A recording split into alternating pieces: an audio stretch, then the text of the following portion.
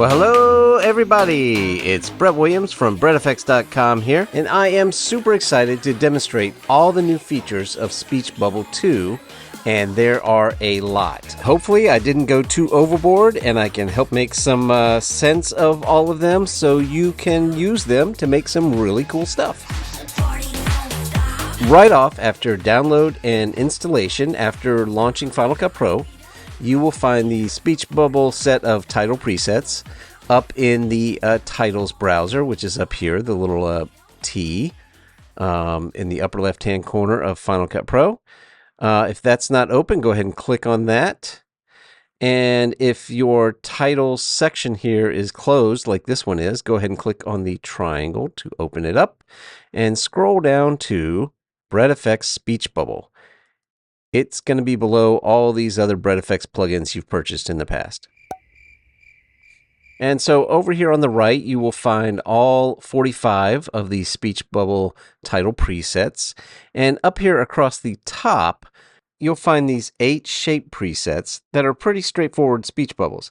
These are updated holdovers from the previous version of Speech Bubble and are a really good starting point. And it's worth noting at this point that every speech bubble, whether it be a kind of a bang or a rectangle, or a round sail bubble or something with smoke, that every one of these speech bubbles has the same functionality. And in fact, every speech bubble could be adjusted with all those new controls that we talked about to look just like any other preset. All right, but I'm not going to use one of these fancy ones. Let's start off by just dragging the super simple round speech bubble to the timeline here where I've got a kind of a white brick wall background. And let me move the playhead to the middle here. And I think the best way to demonstrate how to use all the different controls in Speech Bubble is to show you what all the different controls and features do in the inspector. So make sure your inspector is open up here in the right-hand corner. If it's not, go ahead and click this button up here on the right. That toggles the inspector window open and closed. And if you double-click the top of the inspector, you can give it kind of a full height view where it goes all the way to the bottom of your timeline. But that occupies a little bit of space in your timeline. It gives you a little more space to see all of these controls. So at any point, you can toggle that on or off. I'm just going to leave it in the default kind of half height mode. Okay, and so back to our bubble here. The first thing you may notice is that it has some on-screen controls. If you click here in the middle of this little circle, you can drag it to whatever position you wish. And this ring on the outside of it kind of scales it up and down. And one thing you might want to note when using on-screen controls, and this applies to just about any effect in Final Cut, you can see here now the ring is going over my text, and so I want to grab the ring, right? But you'll see it grabs the text instead. Final Cut always defaults to grabbing the text whenever you're using the standard selection tool. So if you find that the text is in the way of your controls, press the P tool. This is a fun little trick that a lot of people don't know. Press the P tool to switch to the position tool, and it won't select the text. So we can scale this back up, and it doesn't matter. Let me undo this and put it back to the middle. Oh, another control you have here is this little arm. If you grab this little arm, and I'm going to press A to go back to our regular selection tool since the text is not in the way anymore. If you move this little arm left and right, you can adjust the rotation. Let me undo that. And different speech bubbles have different additional on-screen controls. The round one has this little puck right here for controlling the sort of length and position of the tail. Set that back to normal by hitting Command Z, undoing that. Let's look at, just for a moment, a different speech bubble to see the different controls. I'm going to go down to the timeline, select our speech bubble, press V just to disable it temporarily, and I will drag a rectangle bubble. So while it has the same sort of transform, scale, position, and rotation, it has the tail control, but it also has this additional control on the corner, and this controls the size of the bubble. So if you need a little bit more room for text or what have you. But let's go ahead and delete that, and we'll re-enable our round bubble. One other bubble, the caption bubble, has that size control. Okay, and since we selected the text earlier, our inspector switched over to the text inspector. This is the standard Final Cut Pro text inspector, where you can stylize your text in pretty much any way imaginable. We have some basic text controls back in our title inspector. So let's click on the T and get back to our title inspector where all these specific speech bubble controls are. And the first control you'll see up here in the animation section is the style. This is the style of animation. By default, it animates in with a scale from tail. Okay, so that sort of bounces in, scaling up from the end of the tail area down here. And you can switch this to no animation, a fade, pretty self-explanatory. Scale from center. That scales it up from the middle. And we can rotate and scale it from the tail. About 6 choices here. Rotate and scale it from the center. We can twirl it from the center, and this gives it kind of a twist. And we can twirl and scale it from the center, so that kind of gives it a twist and a scale. Or twirl, rotate, and scale from the tail. This one's a little more eclectic. And it's a little bit too fast. A little bit too much going on there, which kind of brings us to our next control, the in speed.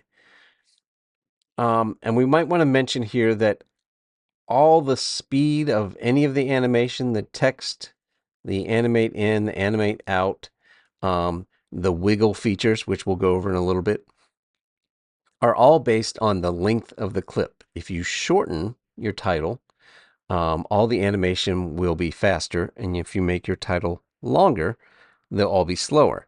And it's all optimized for about a 5 to 10, maybe 15-second speech bubble, maybe a little bit faster, but if you make it too short, you're going to really want to slow down the in speed, because the in speed, let's jump right into that here, at its slowest, it will take half of the clip to animate in. And so this is based on not a specific set time, but a percentage of the clip length. Same with the outspeed. So the in speed, let's put it at its slowest. And you can really see what this twist, scale, and rotate does, because it's going to take half of this clip to animate in. Okay, and we can do the same with the outspeed. And so now it's going to fairly slowly animate in and immediately animate out. Slowly. But if we shrunk this clip down to like a second long, they'd be more of a correct length. They'd be, in fact, half a second animated in and half a second animated out. Let's reset both of these. And in fact, I'm going to set the animation to scale from center, reset the in speed, and reset the outspeed. Our next option is smoke burst in. If you turn that on, it enables this little smoke burst feature, kind of an impact, kind of a smoke, right? Sort of thing you see in cartoons all the time. It's kind of covering up the animation, the scale in animation of our bubble. So what I can do is speed it up a little bit. I'm going to kind of put it right there. And so the smoke has its own in speed, which is just like the in and out speed affected by the length of the clip.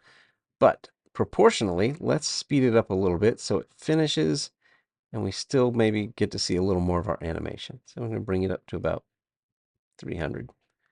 Take a look here. That might be a little bit too fast. Let me bring it back down. 285. We've just speeding it up a little bit. That works. We'll go with that. We also have a smoke burst out selection. We can enable that, and You'll see here at the end, we get a little smoke burst out before it scales away. I'll leave that on. We have a smoke color selection. You can click on this and change the color of the smoke. Let's put the playhead where the smoke is. Maybe you want it kind of represent fire or something. So you can click on that swatch there, and you can make green smoke if you want to. I'm just going to put it back to white. All right, so let's put our playhead back in the middle and look at another stylization feature is burst. Not to be confused with smoke burst. This is the little emphasis lines that you can show around your bubble. So, for example, easiest just to show you, the bolt doesn't show up so good on the white here. So I can change the color of our burst. I'm going to make this one red. There we go. So that's the bolt, and we have a few other options. None, of course, and a wedge, which is kind of a little triangular shape. We have a teardrop.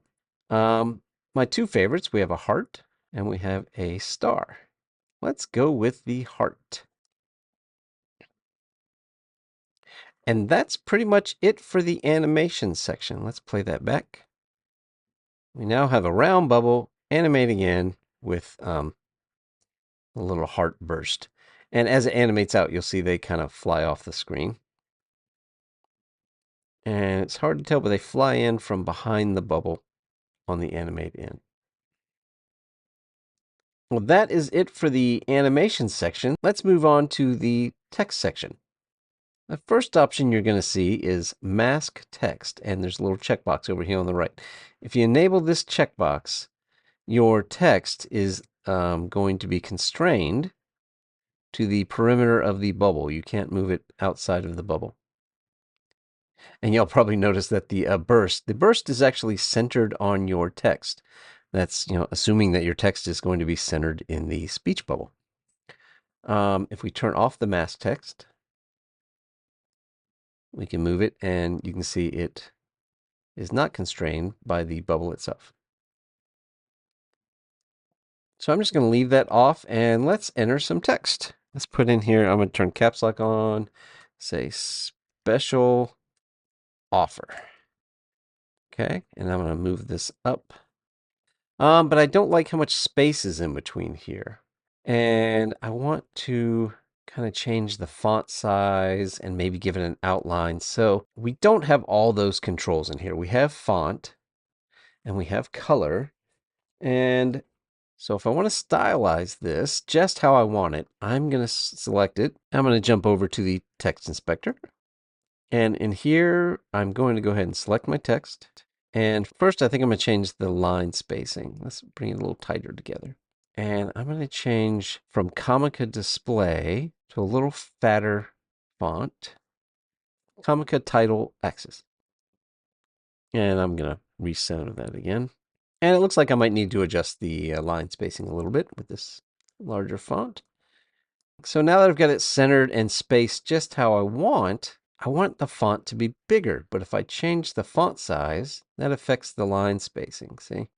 So let me undo that, Command Z. I'm going to scroll down here where we have the text transformation controls. We've been adjusting the position. If we move it around, you can see the position there changes. First, I'm going to go ahead and give it a little bit of a rotation. And I want the text to be bigger. I want it to kind of protrude outside the boundaries of this. So let's use the scale control. And we'll kind of bring it up like that. That feels good. So let's go down here to the face control. This is where you're going to change the color of your font. So I'm going to click the show, which opens up the panel with the color controls. Let's make it white. I've got a little white swatch here. And I think I'd like to see like a little bit of an outline to kind of make it stand out. So if we go to the outline section, click on show. Let's enable the outline by clicking on the checkbox here. Change the color, I think, to black. Make it a little wider. That works for now. And our drop shadow is just kind of a hint there. Maybe we give it a little bit more distance down here in the drop shadow section. We can make it a little darker maybe, just add a little darkness there, just because we can. I think that's about got it for our text. So let's go back to the title controls. So we changed our font, we changed the color. We can, of course, change the color and font here in the title inspector. But the next control we really want to look at is the animation style. So the text has its own animation controls. Right now we're using character scale. Let's take a look at that. It animates on character by character with a kind of a scale effect. In fact, it scales up and then back a little bit. So some of our other options in here, we could have character scale and rotate, just going through them one by one. That works pretty neat when you've got something rotating in. It almost looks like it rotated so fast that the letters are still kind of jiggling. You can use the words scale and rotate if you prefer that. We have character scale and slide. I like this one a lot. They kind of just move a little bit to the left as they scale up. Fade, of course. We looked at character scale. That was our default, but I think I'm going to go with words scale. Each word just kind of pops on with a bouncy effect. Let's go ahead and close our color palette here, which is in the way. Okay, and we have an animate out option box. You can uncheck that if you just want it to stay full when it animates away. Otherwise, it's going to animate out the same way that it animated in, just in reverse. The next option we have here is adjust spread. That's an adjustment of how many items are animating at the same time, meaning either words or characters. So if we go to the beginning here and we kind of scrub through, you see special comes in and then offer comes in fairly separately. But what if you kind of wanted them to come in closer together? You can adjust the spread to the right, and that means more things are kind of animating at the same time. Okay, so if we put it all the way to the right, they will both almost come in at the same time, just very closer together. And if you move it all the way to the left, there's going to be a lot more separation between the two. Yeah, one fully came in before the next one even zoomed up. So I'll just reset this over here on the right back to the default. So our next little control here is wriggle. A little bit of wriggle goes a long way. Wriggle is going to give a little bit of a shake, a little bit of a jitter to our text that continues throughout the entire title. So it's never just a stagnant text bubble. Let's put it on the extreme, which would really be just like for something this short, like even 3, 4, 5. Let's watch it. That's a lot of shake, maybe too much. So usually 1 or 2 or somewhere in between is appropriate. It has a lot of range here because if you have a very long clip, its speed is also affected. So you might, need to speed it up quite a bit. But for this short, I think maybe 1 or 2. That's a little slow. Let's put it at like 2 something. There you go. So it makes it a little bit more dynamic, a little bit more engaging, kind of grabs the eye a little bit. If you notice, the outline does not wriggle. So it kind of gives some nice separation between the text and the outline. Kind of a hand-drawn kind of a feel. It's kind of nice. I'm going to bring this down a little bit, just a little bit. All right, and that's it for our text section. All right, so next let's look at the bubble controls in the bubble section. The first option we have here is the shape option, a little pull-down menu here, so we can choose the shape of our bubble. Right now it's round, but we can also choose a rectangle shape. a caption shape, which is the same as the rectangle, just without the tail, a square, which is maybe mislabeled a little bit.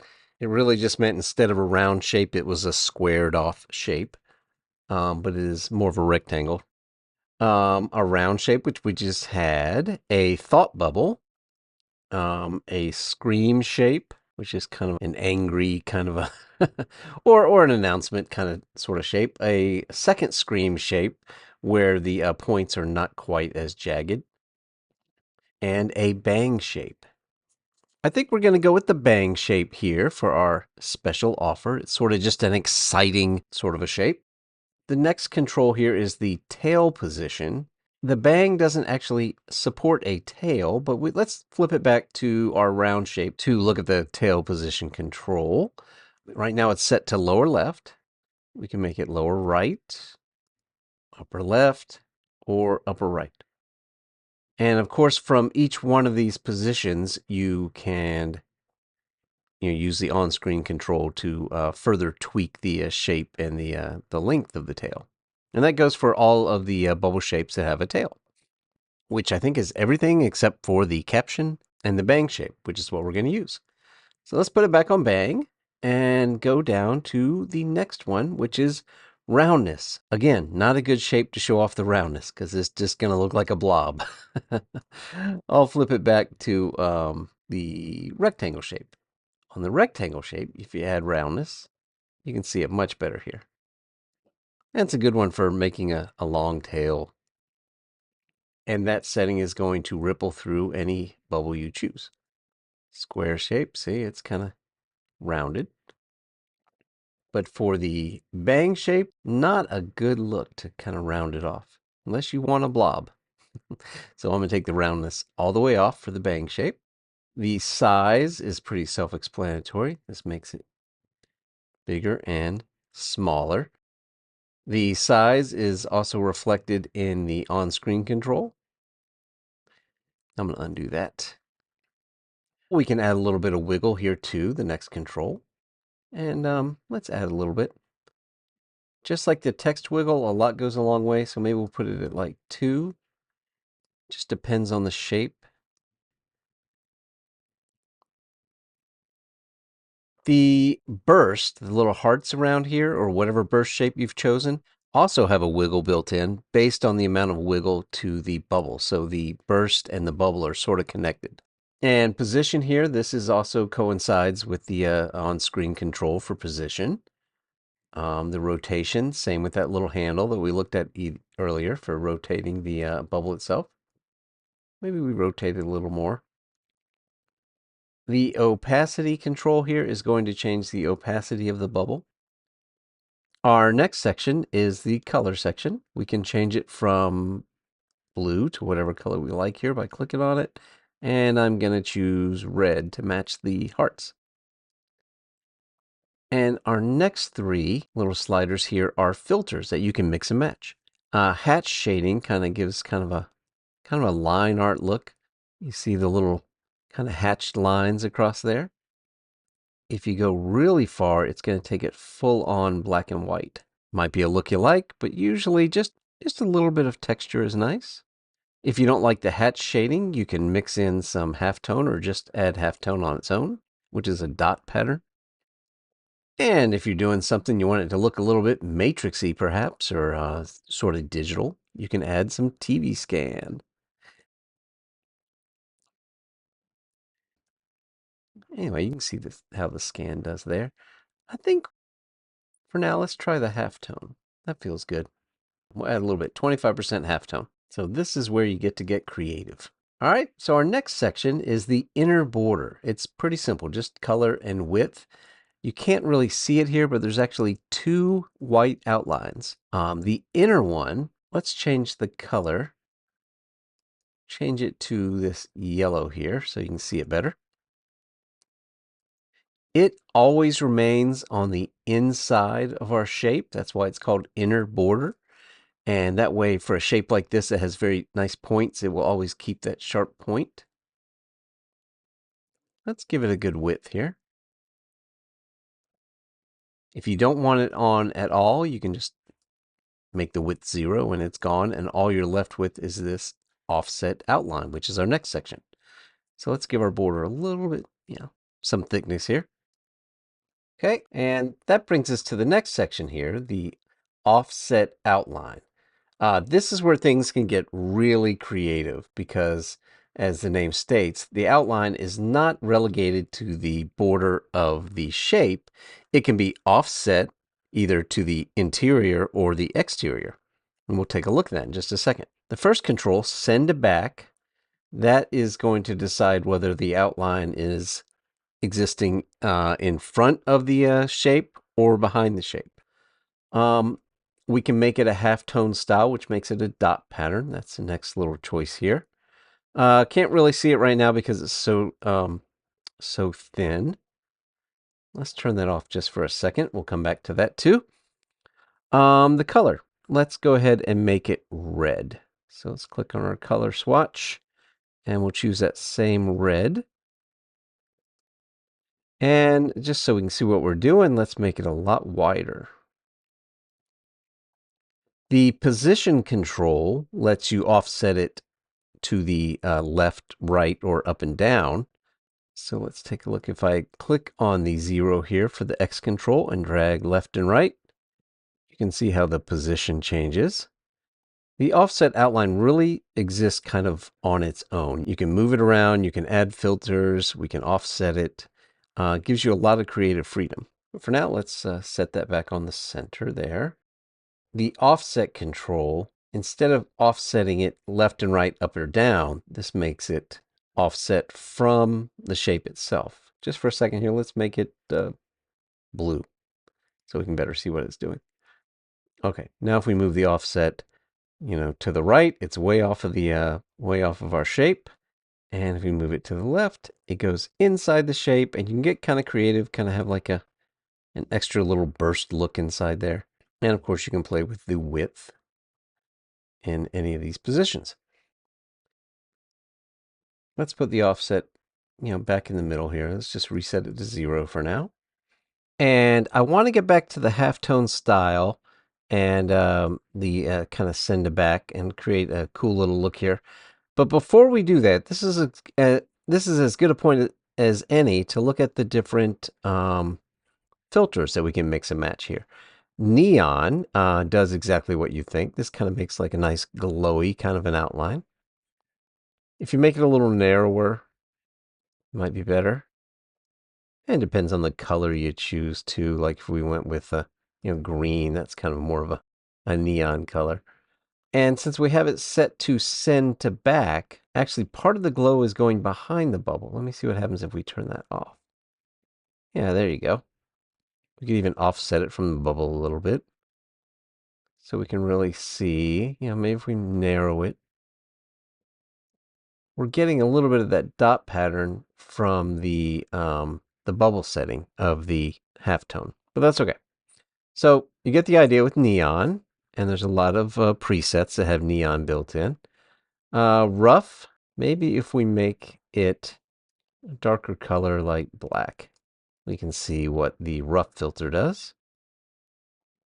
And it actually has a bit of animation too. So this is kind of what we refer to as kind of a chalk filter, a rough filter. And there's a couple presets that make use of the rough filter. These are all just options. The extrude filter, let's turn off the rough. For extrude, let's change the color to, that red I'm thinking about using. And, we'll just go ahead and put the offset back to 0. And let's set up the extrude. And this is probably a good place to send it to the back, because right now you see that the outline is not sent to back, it's in front, because we turned off send to back so we could see the glow of the neon. But it looks like this extruded outline is sitting in front, and that might be what you want. These are all mix and match filters for that matter. You can make it rough too, extruded. But if we click send to back, it's going to look like the whole bubble has a little bit of extrusion. So there you go. So it kind of looks like a 3D speech bubble. Now, what I want to do here is I want to turn off this extrusion. And I want this offset outline. I'm going to use it as sort of a drop shadow, but I want it to be this halftone style.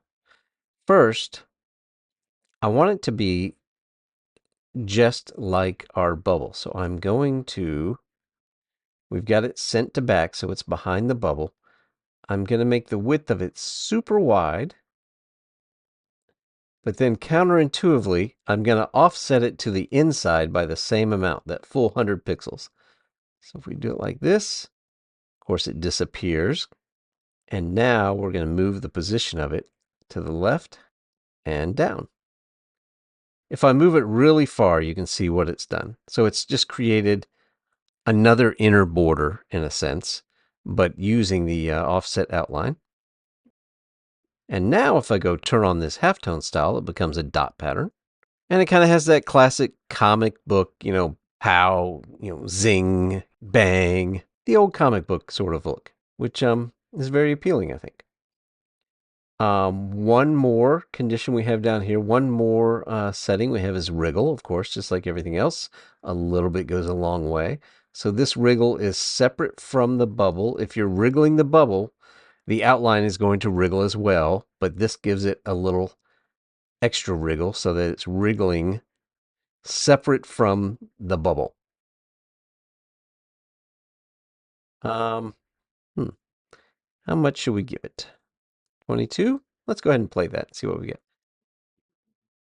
That looks pretty good. It's a lot of movement. So I like that so far. That looks like maybe it's a special offer for a Valentine's Day deal or something like that. All right, so we've got one more section to look at here, the drop zone section. By enabling this, you have the ability to insert an image or a video into the background of your speech bubble. Instead of the red background, we can put a video or a photo in there. So I'm going to turn on the drop zone. And our special offer is really in the way here. So I just want to put a picture in there. Let's go ahead and delete our text. And you can see the gray area with the arrow in there, signifying this is a Final Cut drop zone. So let's scroll back down here. We're going to click on this drop zone well and choose an image out of the browser. But first, I need to go back to the browser over here and choose our library. And right away, I see the dog I want, but where is it? Aha! I want to use this dog in the drop zone. It's his birthday, right? So, let's go back to our timeline where we've got the speech bubble selected. And over here in the inspector, let's click on that drop zone well, which brings up the sort of drop zone selection interface. And I'm going to go over here and click on the dog. Whichever frame you click, if it's a moving video, is going to be the first frame that shows up in your template, in your title, in your plugin, whatever you want to call it. So let's see, I just get it where he's kind of looking forward. You can see his little face over here. It shows you a preview. You have to hit apply clip before it takes. So I'm going to click apply clip. A little off centered, so let's scroll back down to the drop zone section. And we can pan him by clicking on the X value here. If I open it with this little triangle, we can actually use the X and Y sliders to move him around. He's a little big, so let's scale him down with the scale slider. And if you go far enough back, you can see the whole frame of the drop zone there. And you can see that the bubble color is still there. We're just kind of covering him up with the drop zone. So let's scale it back up where we can see him in the center. That's pretty good. Yeah, pan him a little bit more left again. And we have one last control, the opacity control. If we lower the opacity of this, the red will show through.